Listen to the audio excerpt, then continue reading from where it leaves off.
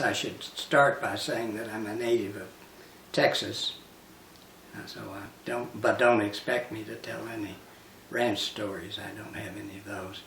But I was born in Dallas, and then when I was 12, I guess, we moved to Waco, and my father became the Ford agent in Waco. And I went to high school, junior high school there, University of Texas, undergraduate. My education was interrupted by World War II, and I thought it might be well to talk about my experience there during the war. But at any rate, I came back to UT and got an undergraduate degree, and then went to University of Chicago for graduate training.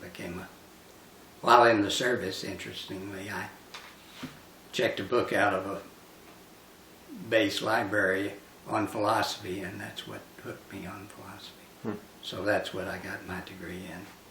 And then quickly, my first academic job was at Oregon State University, there 4 years, Southern Methodist University in Dallas for 11 years, University of Missouri for 40 years. Then I retired. Here I am today. So that's quick biography. But I thought I would just chat a little bit about my experience with World War II, particularly since my family, especially my father, was extremely patriotic. And he served in the Air Force in World War I, met my mother in Texas and moved there.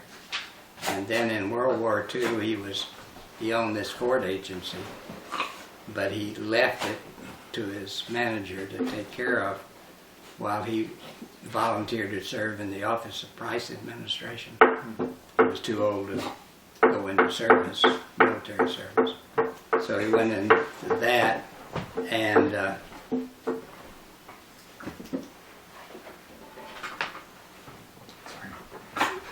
served. He just commuted home on the weekend to see how his business was doing, but he sacrificed to serve the country in that. And it was just taken for granted that my brother, 2 years older brother, and I would be in the service during the war. So we decided to volunteer for the Navy so that we wouldn't be drafted into the Army.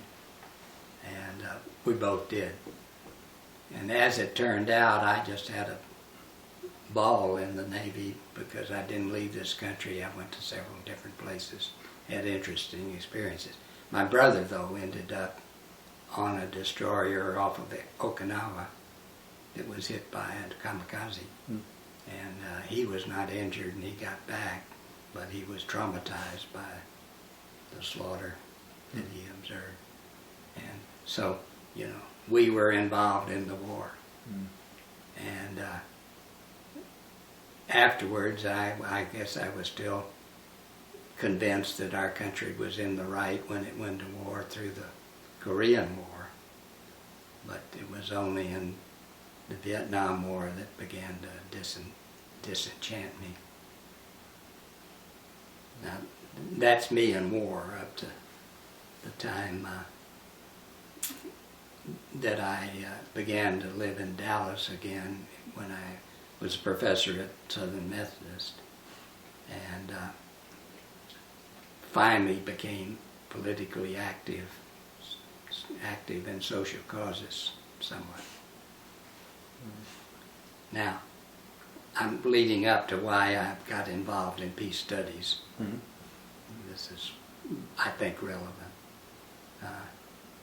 During this time when I married, had eventually 5 children, had to make a living to support them and to advance my career, I really wasn't much active.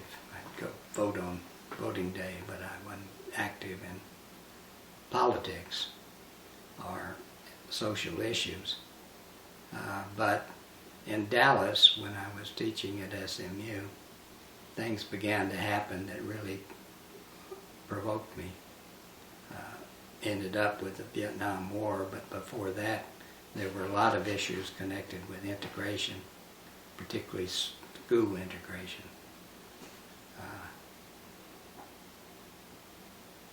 Took Dallas 10, 12 years to respond to the Supreme Court decision declaring segregation in schools as unconstitutional.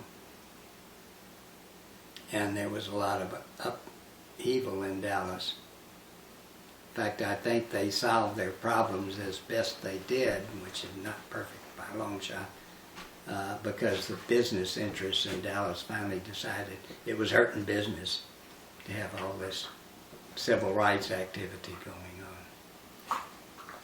And therefore they at least went through the motions, and they integrated the schools, but then most of the white people sent their children to private schools, at least the ones that were well enough off to do that. So, at any rate, I began to feel I ought to get involved. College professor and decent living, doing something I love to do, but I wasn't doing anything to improve the society around me. And at that point, as I said, I wasn't so interested in war and peace or concerned about that, but I got involved in the civil rights movement. And again, I don't claim to have been very much of an activist. I certainly didn't organize demonstrations, take the lead in all of this, but I did get involved in some of the activities. For instance, I got involved in the American Civil Liberties Union, and for a time I was the chapter president of the Dallas chapter of the ACLU. And in that capacity, for example, I was invited when Roy Wilkins, the national director of the National Association for the Advancement of the Colored People, the NAACP, came to town. I got the opportunity to give him a 5-minute welcome on the stage. And I got to walk in a march down Main Street in Dallas in favor of integration.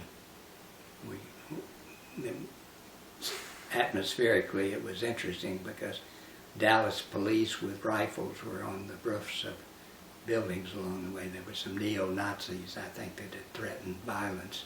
And so they protected us.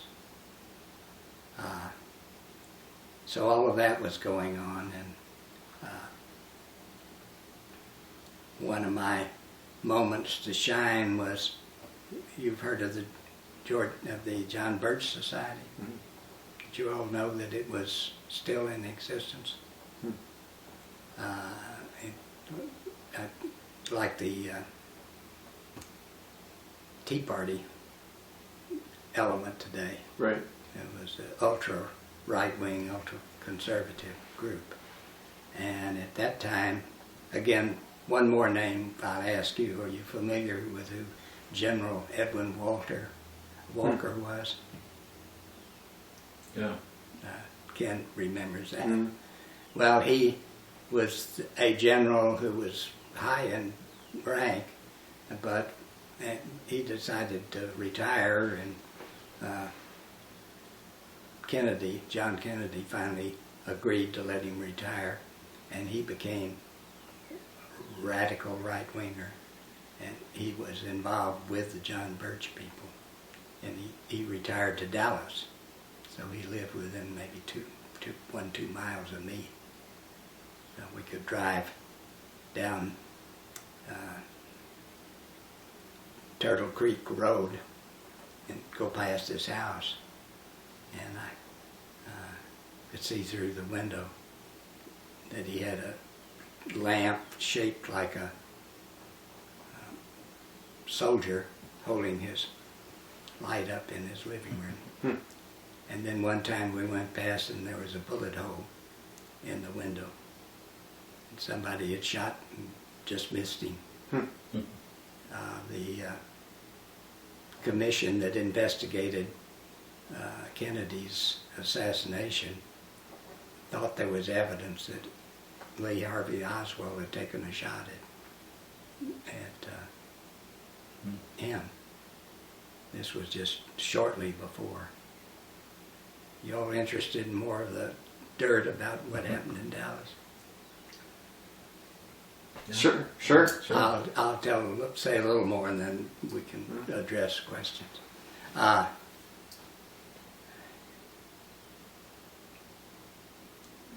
When now I forget my names. Adlai Stevenson was the U.S. ambassador to the United Nations in that time, and he visited Dallas just a couple, 3 months before Kennedy was scheduled to come, and the John Birch Society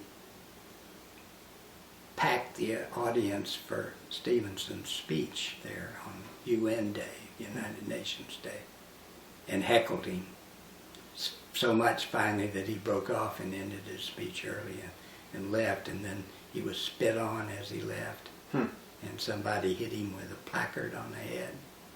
Wow. And so when he got back to Washington, he told Kennedy. When Adlai Stevenson returned to Washington after being practically attacked in Dallas, he advised Kennedy to cancel his agreement to speak in Dallas, and that it was too dangerous. But of course, Kennedy came anyway. And then my connection with it was that because of my involvement in the ACLU, and I should have mentioned also, and Dallas Citizens for Peaceful Integration, a committee that we formed, and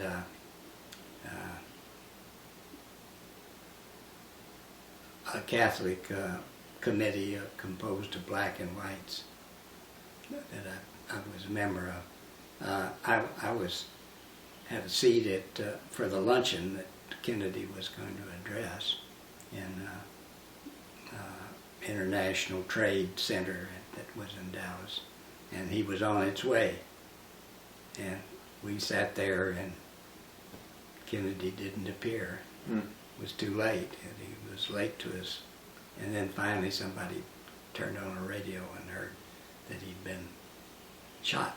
And my oldest son had been on the route that he was following to get downtown and saw him go by, waved at Kennedy. He's the last member of my family that saw anything about him.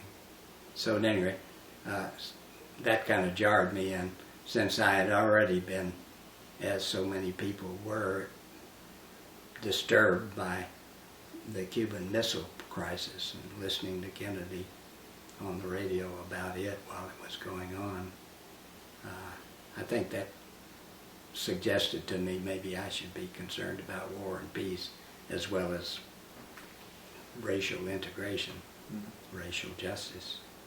And but that I didn't get involved until I came to Columbia. So now I'm in Columbia.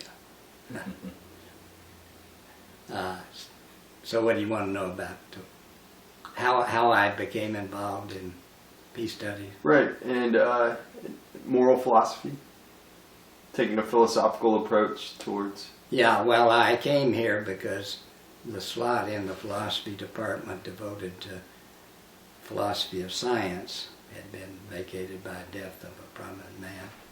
And so I was hired, and I was not here to teach ethics particularly, though I got interested in ethics when I began to wonder about the impact of technology and particularly engineering on society, on society's values and how they deal with things. So I got into ethics that way and eventually found that more interesting, and so I began to pursue ethics as both theoretical ethics and social problems and how they should be addressed. and among which, of course, is war and other forms of violence. So that's got me into it, got me going. And I guess about maybe you all remember dates better than I, but in early days of peace studies, when we first had a faculty committee as an advisory group. Ken, do you remember? I remember. Do you remember? The time. It was around Thalen. 16. I wasn't involved in it, but I think Bill Wickersham and Don Granberg from our department put together some of those. They began. The program began simply as a group of professors who said the Vietnam War is going on, and people were now getting upset about it and thinking it was a big mistake, and they concluded we hadn't done enough to prepare our students to deal with issues this way. And so what came to be Introduction to Peace Studies, I think, began as a kind of volunteer team-taught course with these people. And I guess when I got involved, it was a little further along than that, but not much. So, at any rate... They were also doing some research on attitudes toward peace. Granberg was a social psychologist, and so he was doing surveys of students and their ideas about peace and war. Well, that seems to be first time anybody thought, well, we ought to be teaching students how to deal with war. Yeah. That not all wars are good, and not all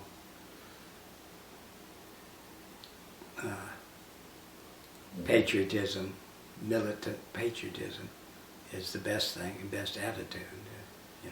That you can love your country without supporting everything it undertakes.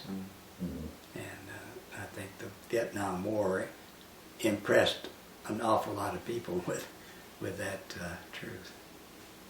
So at any rate, that had begun, and so I had nothing to do with the origins of it, the formation of it. But Esther Thalen, who was a member, I think, of the psychology department, she and her husband were responsible for promoting recycling in town. And that was David Thielen. David Thielen of the history department, right? And his wife Esther, I think.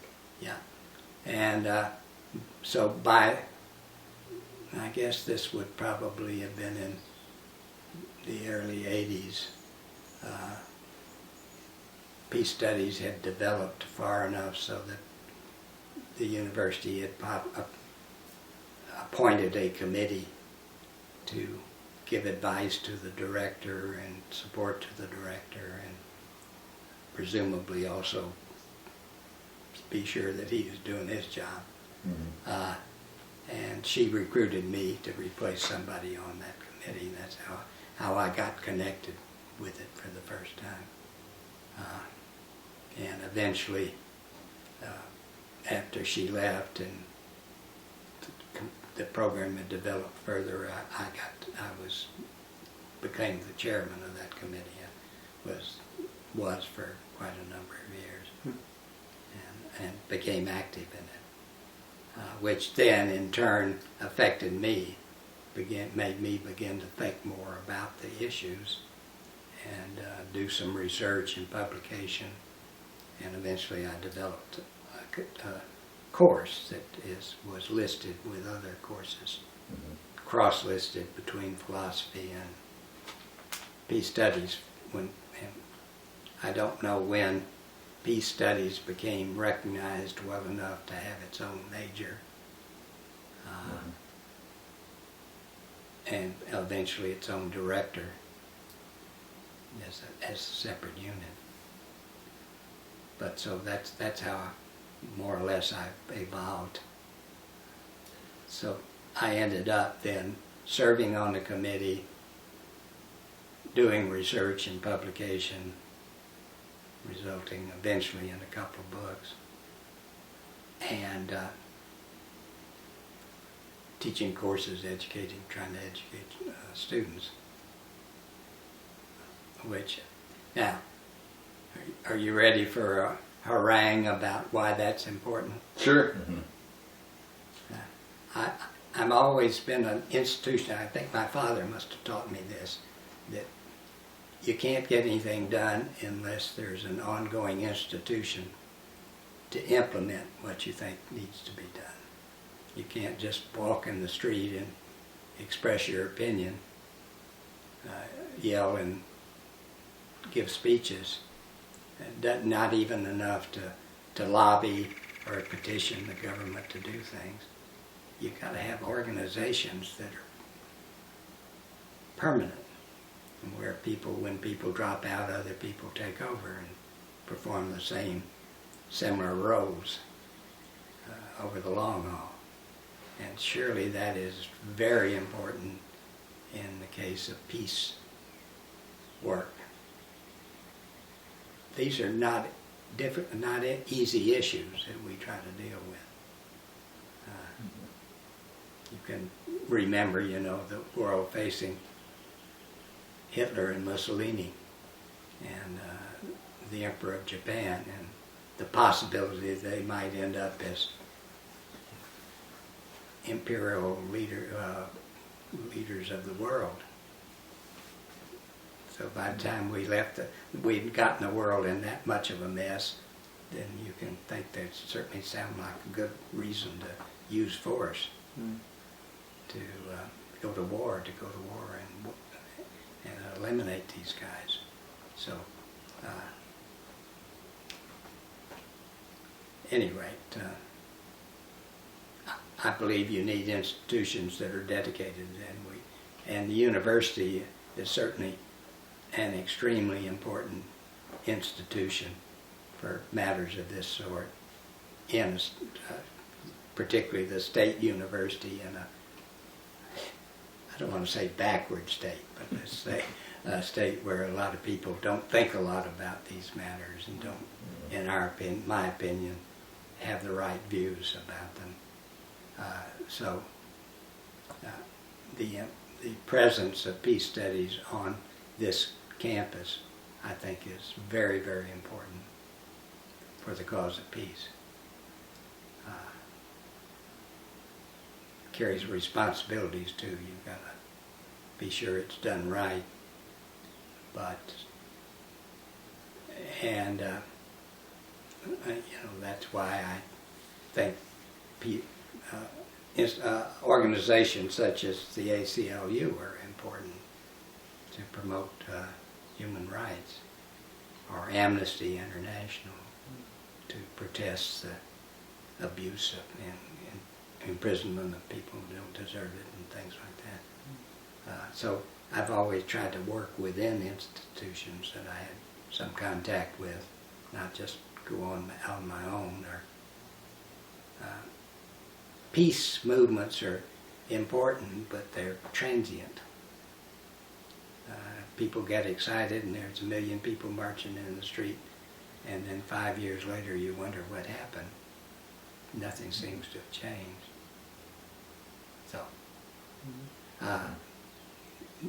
So when I found that the Peace Studies program at the University of Missouri was flourishing and supported by at least some people, I thought maybe I better get involved in that. And that's how I did, how I came to do that. And so you developed your course, Philosophy of War and Peace? Yeah, once I was on a committee.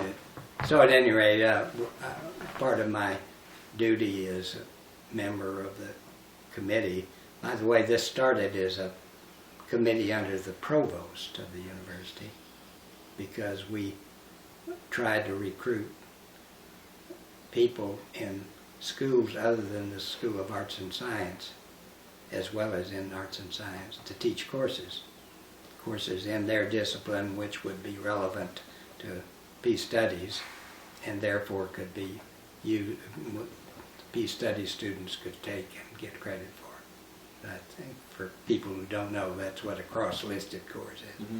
It's listed by 2 units because it contributes to both. And so, again, my knowledge is not very sound, and my memory certainly is not terribly good, but it seems to me I remember that we have used as cross-listed courses in other schools such as journalism, law school, maybe even medicine one time, I don't know. Yeah. Engineering, we got a course in nuclear weapons and how they work, and so forth. So for those reasons, the program was originally under the domain of the provost, and when finally they decided, when provost left and got another provost, that they ought to assign it to a college, and the Arts and Science College would be the logical one. At that time, there was opinion expressed that maybe this is too nebulous an enterprise anyway, and we ought to just get rid of peace studies. It's a good occasion to get rid of it if it's, Dean of Arts and Science could just say, well, I just don't think it fits what we're doing, something like that. So we had to have a petition to the chancellor to, and then I should say as an aside too, we've never been able to persuade the University of Missouri to invest what I think it should invest in the peace studies. So we rely very much on the help of outsiders. So at any rate, I was around when somebody, I forget who suggested we have a Friends of Peace Study. Do you recall that, how it got started? I think it might have been Charlie Atkins. Maybe so. My People involvement who with had it, contributed a good deal of money to it. By the time I became really involved in it, Friends group was already established, and that was around late 70s, I think. I was not particularly instrumental in its foundation, but I was in on it pretty soon, because I can remember sitting in the living room here with the Atkins and some other people from the community designing a little brochure that we would hand out on campus to recruit students, and your last interviewee, Dwight Riemann, with his publication Peace Talks. I think was helpful in raising money from people and involving people in the community, like Youre Blank when he came to town.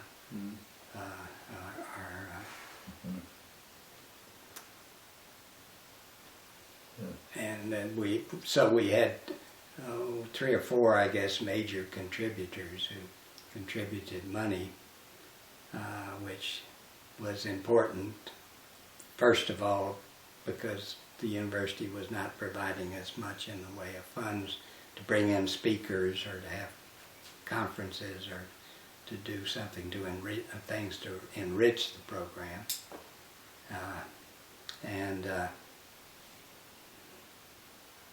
I think the director of Peace Studies had to scramble to get funds even to pay for teaching assistants and office help and the daily cost of running a department, a program. So the Friends of Peace Studies became important in Peace Studies' existence. And the community members not only contributed money to our effort, but they had services. They organized, for instance, a education religion collaborative in which members of the Friends for Peace Studies met with social action groups in different churches, made contacts with them and exchanged ideas and promoted peace causes, which I think was very fruitful. And so, to get back to the subject, I think working within the system that way is quite important. When did you start teaching the philosophy of war and peace course? When did that come I about? figured I must have taught it about 25 years, Mm-hmm. and I try to do it every fall. I forget how many students we had at the beginning, but I chose to teach in a room in my building, my academic building, that held 70 students. So that tended to become the number of students. It was capacity usually. And so you and I were counting up how many students that might have affected the other day, and so Almost 2,000. 25 years times Yeah. 70, yes, quite a number. Sure. And hopefully, maybe I left a lasting impression on 10%. Even so, that's pretty many peace activists to send out in the world. You want to talk about What were the main tenets of that course? How was it? What did you hope to achieve? Standard theory, and the book that I found most useful and I kept on as a textbook for many, many years was something by Walter named Just and Unjust Wars. And he's a man who, political scientist who became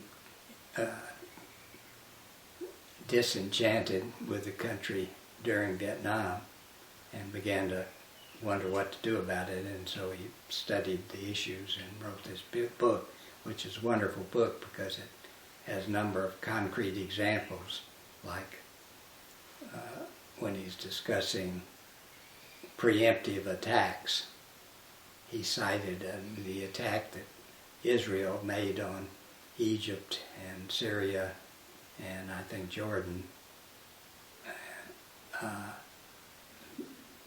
They were going to wipe Israel out, and so the Israelis discovered that and attacked the air bases of all these countries the day before they were about to attack Israel.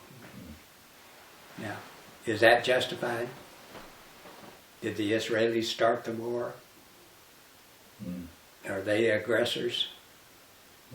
So that's kind of issues come up when you try to figure out what's justice here, what's right. At any rate, to go back, there are logically 4 positions you can take toward war. All wars are wonderful because they bring out the heroic in us. So you can be a militarist. I don't try to teach that at all. Nobody in his sane mind believes that.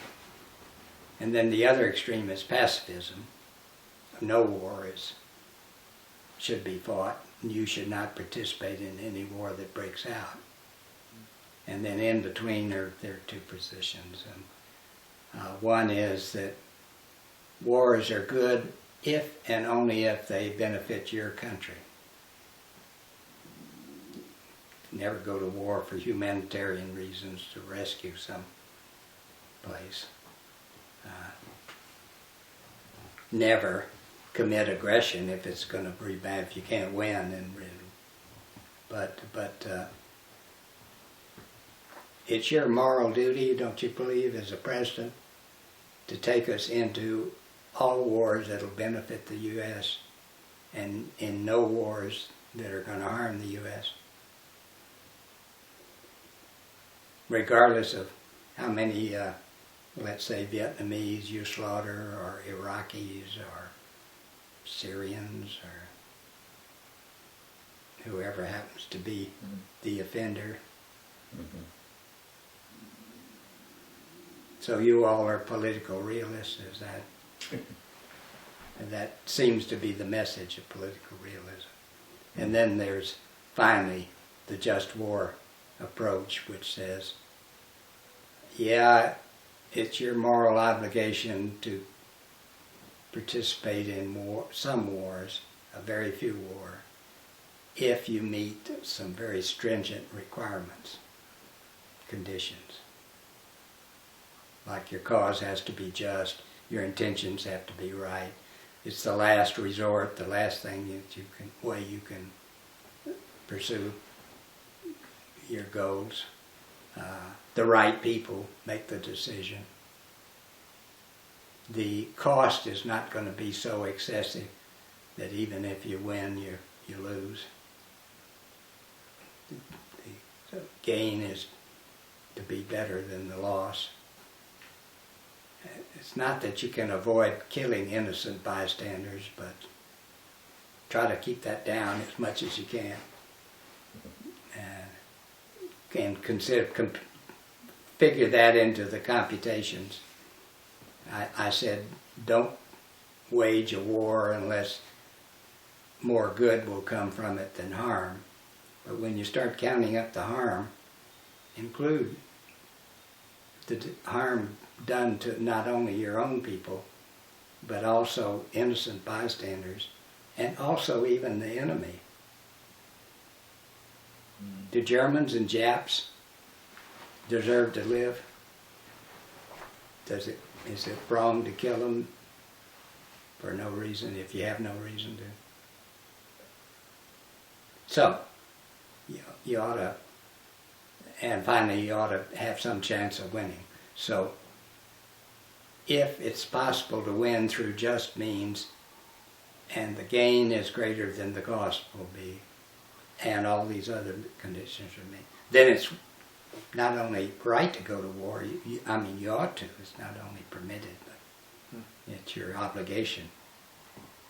And then there are further rules about how it has to be conducted. You have to be discriminating, try to attack the soldiers of the enemy, not as civilians.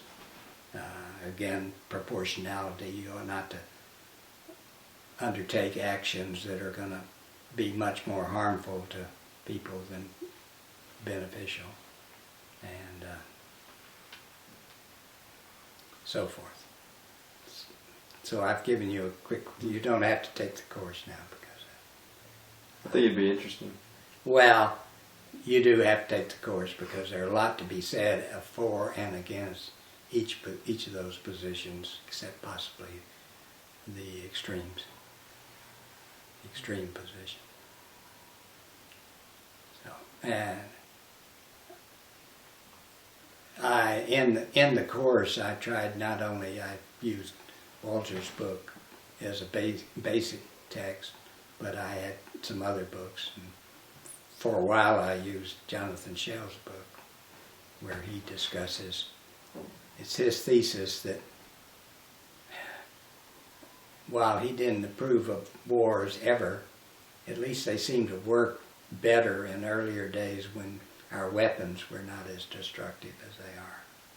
And as they get more and more destructive, more obviously in 20th century it was clear that more civilians now are being killed than soldiers in wars. That's something gone awry there. And with the weapons of mass destruction, the damage to the world is likely to be immense, much more than any gain that might have come from the war. I mean, what if India blows up Pakistan and therefore wins the war through nuclear weapons, is India going to win? Well, I'm just proposing as an example of the point at which, and Jonathan Shell's point, the point at which it's absolutely foolish to engage in war anymore, is one where you're going to be injured more by victory than as badly by victory as your opponent is. There are no winners anymore. So we got to figure out a better way to resolve disputes between countries and on lower level between individuals.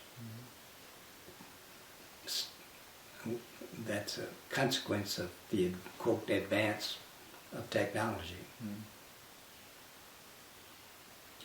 Maybe that's a good segue into some of your published work. Yeah. I'm sure, as you all know, that you can't publish on everything, or you don't say anything. So that eventually you have to focus on something. And as I got involved in peace issues, I finally decided I'd take on the nuclear problem. That seems critical. And I want to say from the start that the peace cause itself, and more narrowly the cause of making the world more safe from weapons of mass destruction, that's only one major cause that needs to be addressed in the world. So I don't mean to say this is more important than ecological problems, the effect on the climate, the destruction of species that we need, that sort of thing, or world poverty and disease. There are a lot of big issues out there.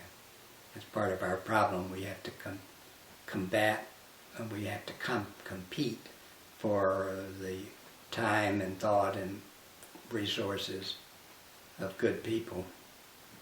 We have to compete with all these other needs. And so I like to preach that even, let's say, preserving the environment is important for the cause of peace, because when people are in desperate straits, for example, they're running out of water, or their citizens are starving, they're more likely to turn to violence and start wars. So if we want to get rid of wars, we got to see that we have a more just and productive and safe world. But at any rate, that was my feeling. Mm-hmm. You need to focus on something you can't solve. I don't even kid myself that I'm likely to help the peace cause very much in the world in my life. But I'm certainly, if I tried to do all these other things too, I'd have no impact at all. Mm. And so that I simply made that choice.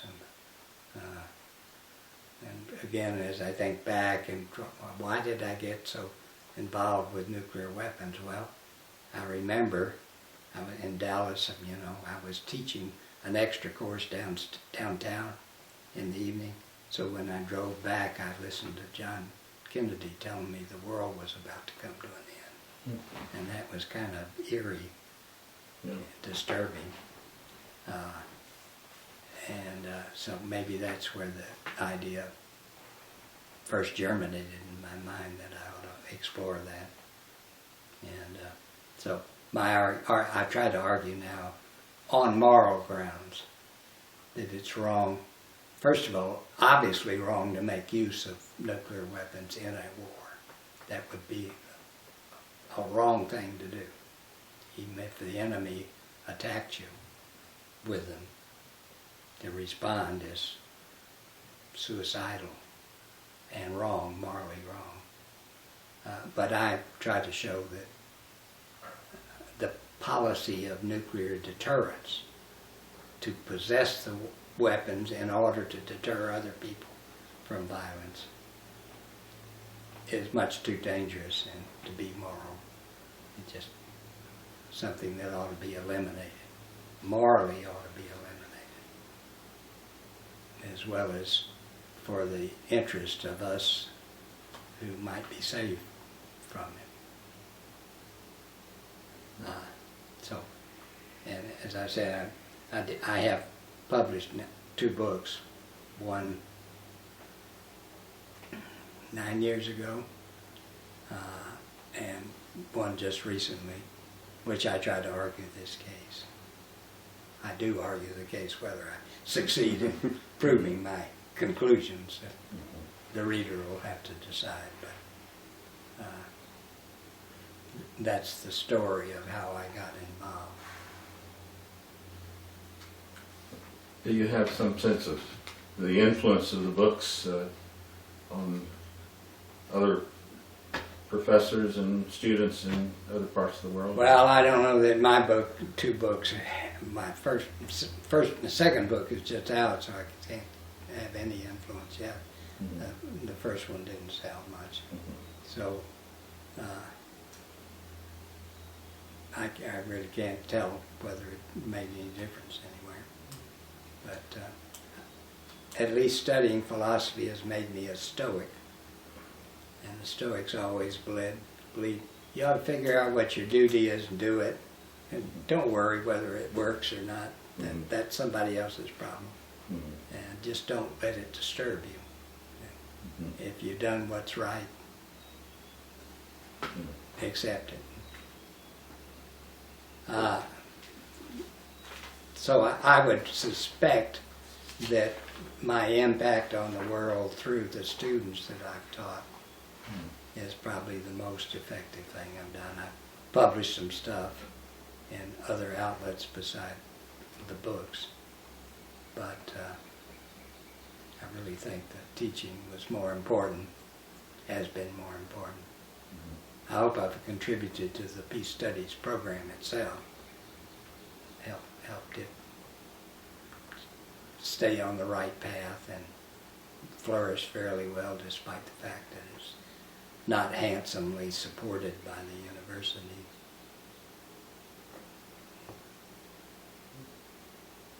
There have been times, I know, when the administration thought seriously about closing the program, or at least not funding it. Yeah.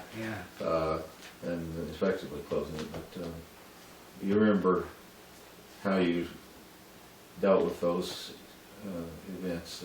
I know that we had these 5-year evaluations that we had to respond to, but that was one way. But do you remember the arguments? Well, I remember, this is a digression, but maybe it's interesting. The first member of the philosophy department, and whose name I can't recall now because he didn't stay with us very long, but he was involved in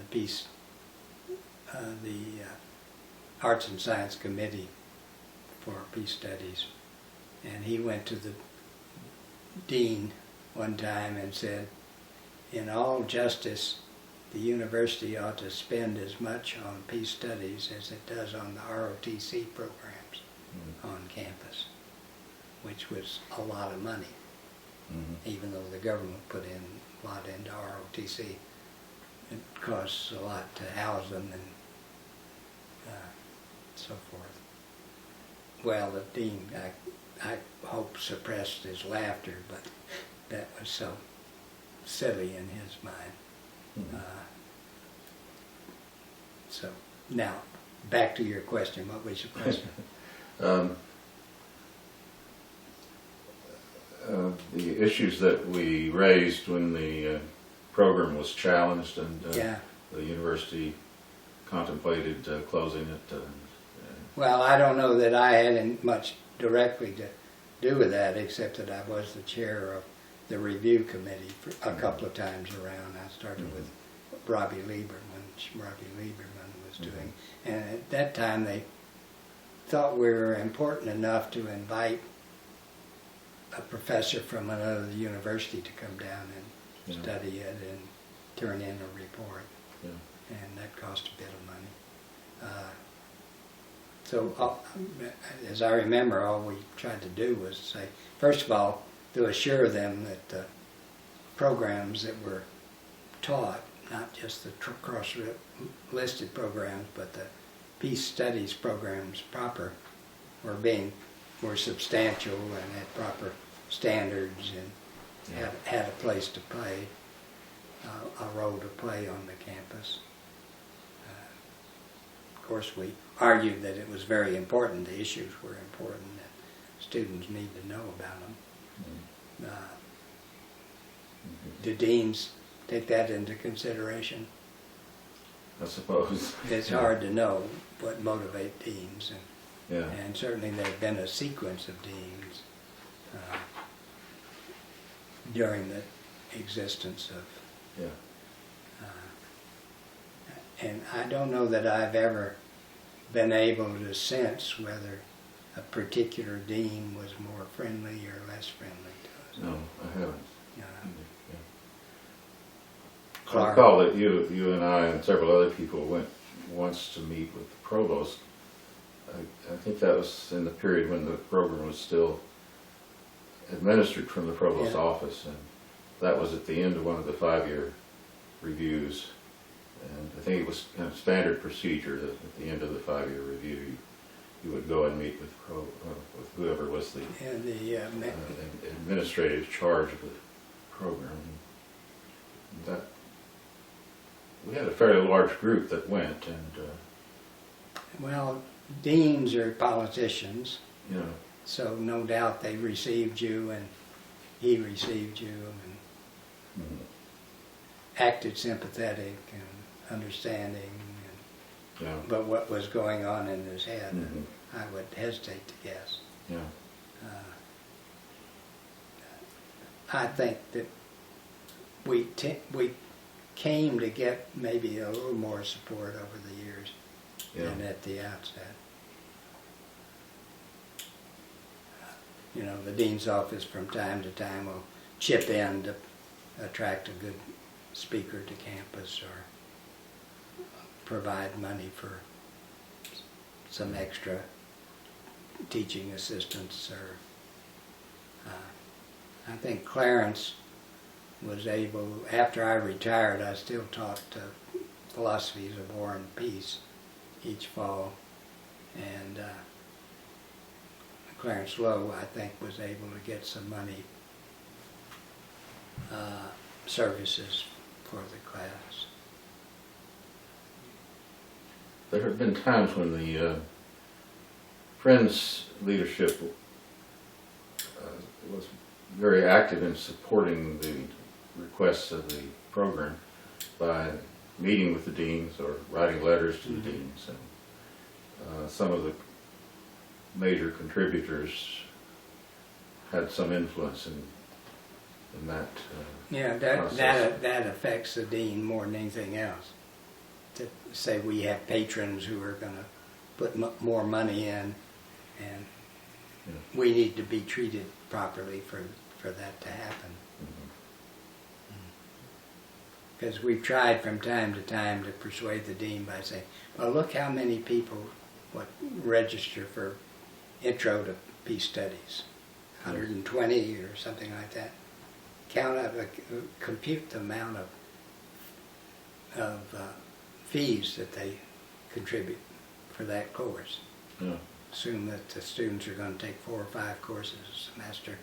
What's the tuition divided by 4 or 5? And that's the money they're giving to take this one course. Now, shouldn't some of that come back in the form of wages for the teacher and other expenses that are incurred? What if we wiped out peace studies? Wouldn't the university lose money? So So come on, Dino, Yeah. chip in a little more. Yeah. Give us some return for our income for the university.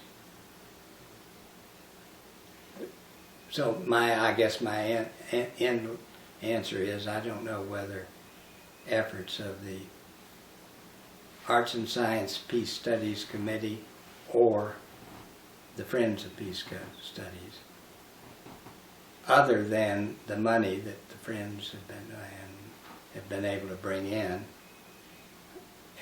what else it might have,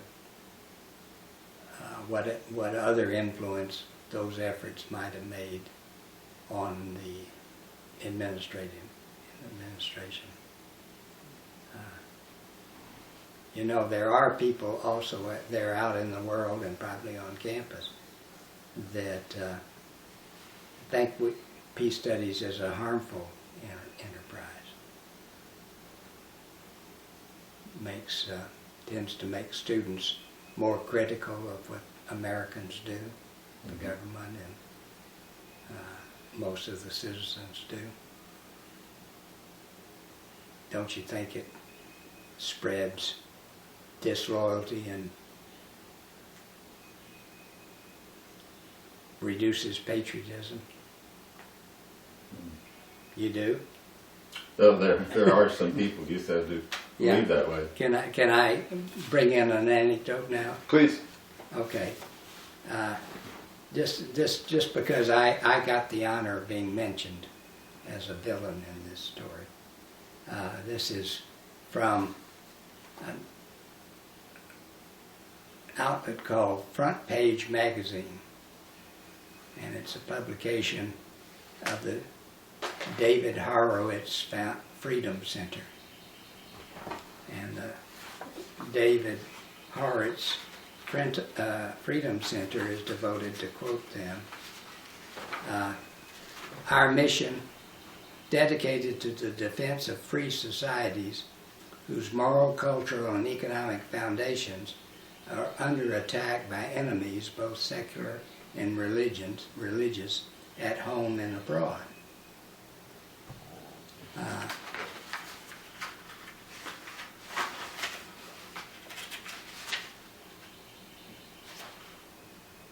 was looking for their motto, but I don't see it right away. Okay, so David Horowitz has made a career of going to campuses and giving talks, and he was invited to our campus by a group representing one of the two political parties, I won't mention which. And so he made a speech, and some people protested at his appearance and at least critical of what he had to say. And so his magazine reports the follows, written by a man named Thomas Ryan. And he generalizes to begin with. He says, when parents send their students off to college, they hope their children will glean as much knowledge as possible from their professors during class lectures. However, at many universities, these students are instead being used to fill out the crowds at political demonstrations that meet their professors' approval. In peace studies programs all over the nation, students are being given course credit to ditch class and attend anti-war, and parentheses, anti-American, political rallies. The University of Missouri Columbia, Mizzou, has raised this to a fine art. MU's Peace Studies chairman, John Gallagher, and other faculties in his department have publicly recommended students skip classes to protest the, quote, arrogant and stupid war in Iraq. This is from 2004, the year after the war. Second war against Iraq began. And they are willing to give extra credit to those who go to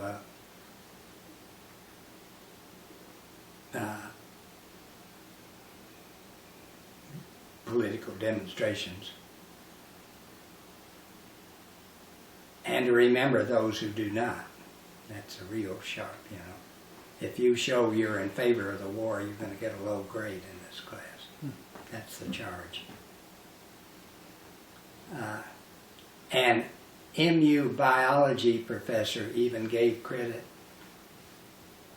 for students to protest a David Horowitz speech. I won't mention the name of this biology teacher, but you can probably guess who she is. The university actually later investigated this charge and found that it was totally false. But maybe this guy didn't know that. But now to get to me, the important point. Later on here he says, following the beginning of the war in Iraq, the Faculty of Peace Studies program at MU held a teach-in, haranguing a throng of students gathered in a campus hall. Professor John Kultgen told them, quote, I think that our current action in Iraq is both imprudent and immoral. It's an act of flagrant aggression which we condemn. And then he cites somebody else for what they said, Victoria Johnson. And then he ends up saying, both Kultgen and Johnson fail to see terrorist groups and rogue nations as our enemy, instead ascribing that label to the very country that allows them to make their venomous comments. This was at a time when our government was saying that we invaded Iraq because Iraq supported the 9/11 terrorists, and they were responsible for it, as well as that they possessed nuclear weapons or the ingredients for nuclear weapons and were a threat to the U.S. So we had a teach-in, and most of us who participated thought that they were lying to us. So we were critical. And the Horowitz Foundation thinks that we were being unpatriotic and we're blaming the U.S. for things that terrorists were doing.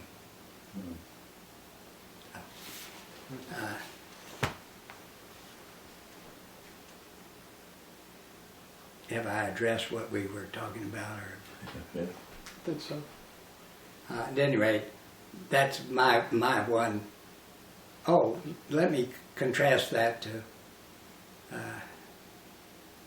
my experience in Dallas.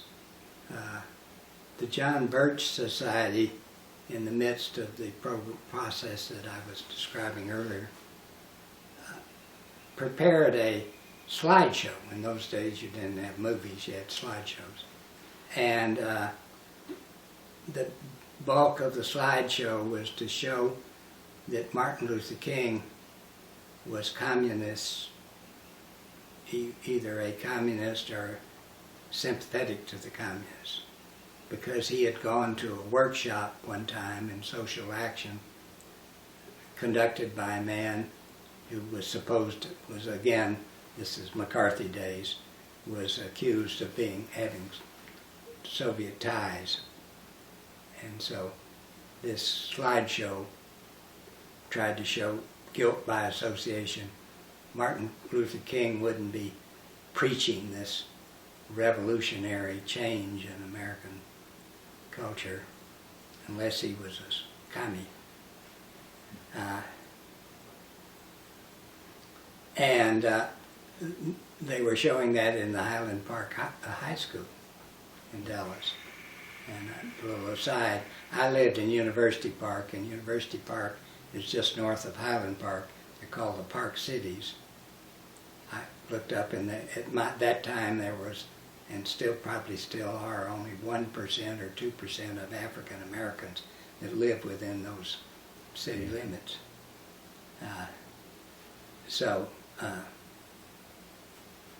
This was a very reactionary audience, I suppose.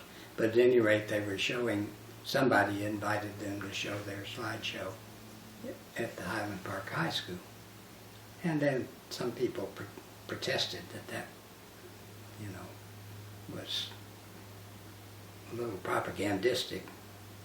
So one of the radio stations decided to have a debate on the issue. And because I was active in ACLU, I got invited to be the critic.